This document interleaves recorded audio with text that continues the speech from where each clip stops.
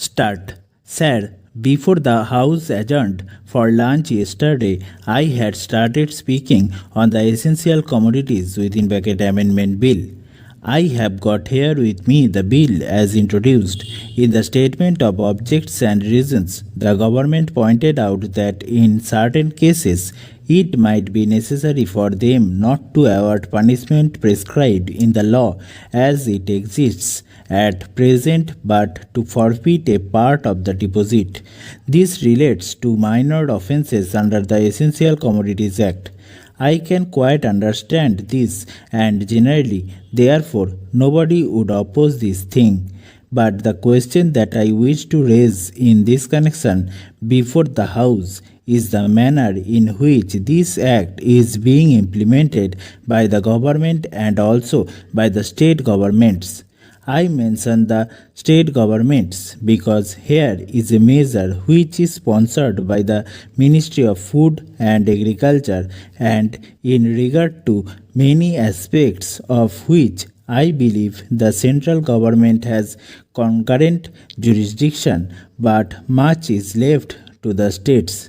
Our experience has been, especially in the state from which I come, namely West Bengal, that this act is not implemented properly by the state authorities because of various connections of certain people high up with the big business and other indulging in speculation, hoarding, and so on. The result has been that whatever should be done had not been done.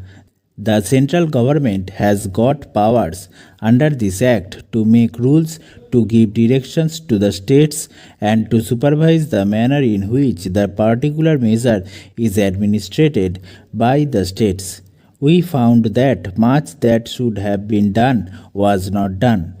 What is the use of talking about punishment of the small fry? Certainly, if they are guilty, they have to be punished, and the smaller the fry, the minor should be the punishment.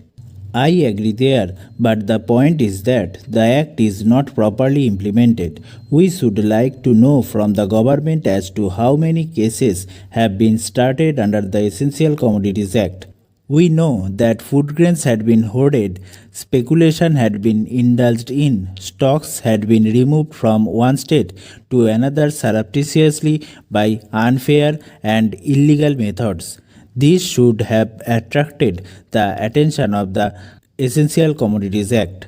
The act was passed in this parliament with a view to putting a check on speculative rise in prices. Para. When it came to the question of practical implementation of this measure, we found that the government had failed. Now government should say something about it. When government seeks to amend an act, it should tell us as to how the parent act which is proposed to be amended has been implemented. Is it the contention of the government that difficulty arises because this particular provision is not there in the act? Are government in trouble because they do not know how to deal with the smaller fries, or is it because that those who are supposed to administer this measure at the state level, at the district level, have thought it fit to ignore it, have thought it fit to bypass it? If any measure of the central government was needed for controlling the price of food grains and ensuring the supply of essential commodities to the community, it is the Essential Commodities Act. I would like the minister to say something on this.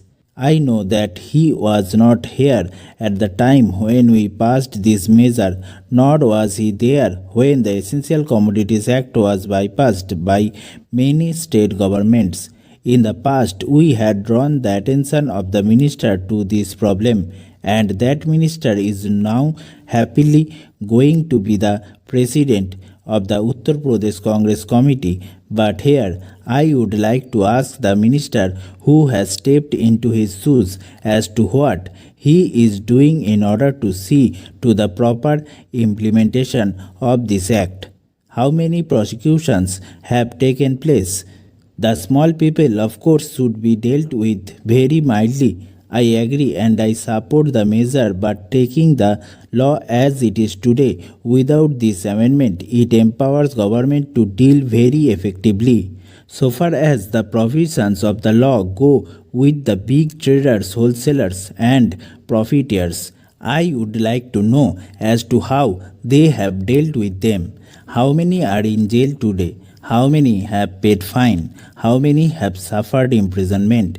How many licenses have been cancelled as a result of malpractices, corruption, profiteering, and so on, all of which are provided for under this bill? We are entitled to know. Take us into your confidence in regard to this matter.